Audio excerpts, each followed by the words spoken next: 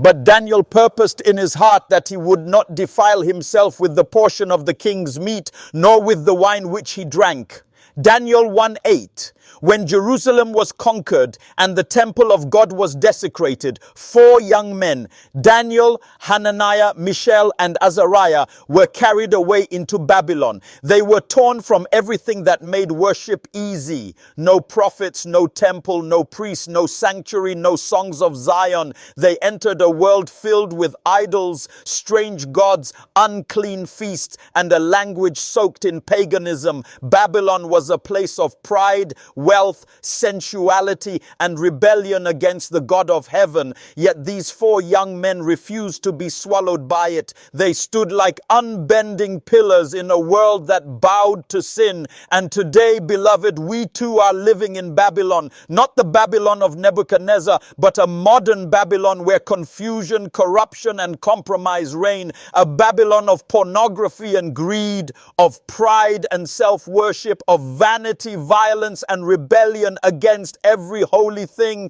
The question that burns for every believer is, can you remain pure in a world that has normalized sin? The table of Babylon is set again before this generation. It is not filled with meat and wine, but with screens and feeds, movies and music, lust and fashion, deceit and pride. Babylon says, eat, watch, enjoy. It's harmless, but every bite poisons the soul. Every image corrodes the mind. Every indulgence pulls us further from God.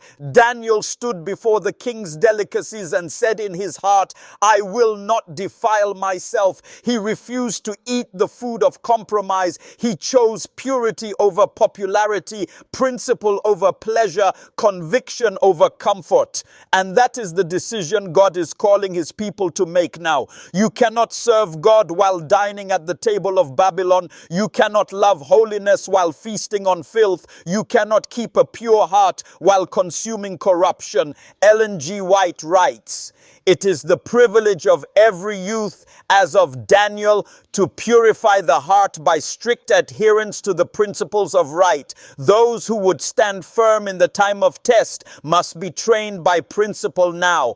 Prophets and Kings, page 488.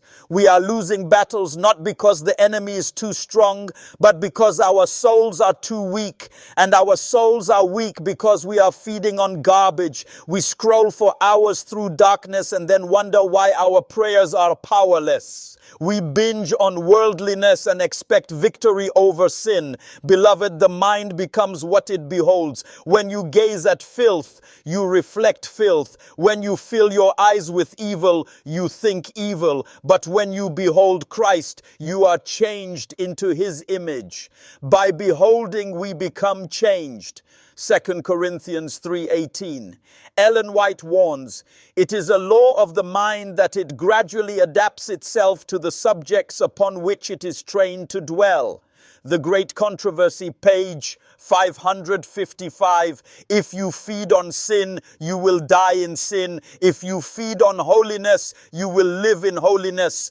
Today's Babylon is not only around us, it is in us. It is in our appetite for entertainment, in our addiction to approval, in our pride, our vanity, our secret sins. We have filled our homes with the idols of Babylon and then wonder why God's presence feels distant. Our televisions have become altars. Our phones have become temples of distraction. We spend more time with the world than with the word. And the result, a church that sings but does not obey, prays but does not believe, listens but does not change. Romans 12:2 declares, do not be conformed to this world, but be transformed by the renewing of your mind.